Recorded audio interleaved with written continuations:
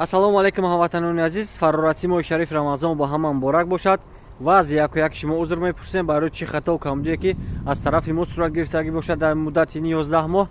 ва аз шумо ҳам хоҳиш мекунем ки аз ҳар як шахси наздиктон узрхоҳӣ кунед, то ки аз якдигар розӣ бошен, то ки худованд аз чи мо розӣ бошад, аз савоби ин моҳи муборак мо бенасиб намонем. чунки дар як китобе хонда мегӯяд ки се гурӯҳ нафари инсонҳоро худованд рӯзаашро қабул намекунад. ҳатто ки мегӯяд ки номаи аъмолашонро вақте ки ба назди худованд мебаранд, худованд ба номаи аъмолаш ҳатто назар намекунад. яке аз гурӯҳ ин шахсҳо шахсе аст ки дар моҳи рамазон аз ёру рафиқаш, хишовандони худаш қаҳр аст, хафагарӣ дорад.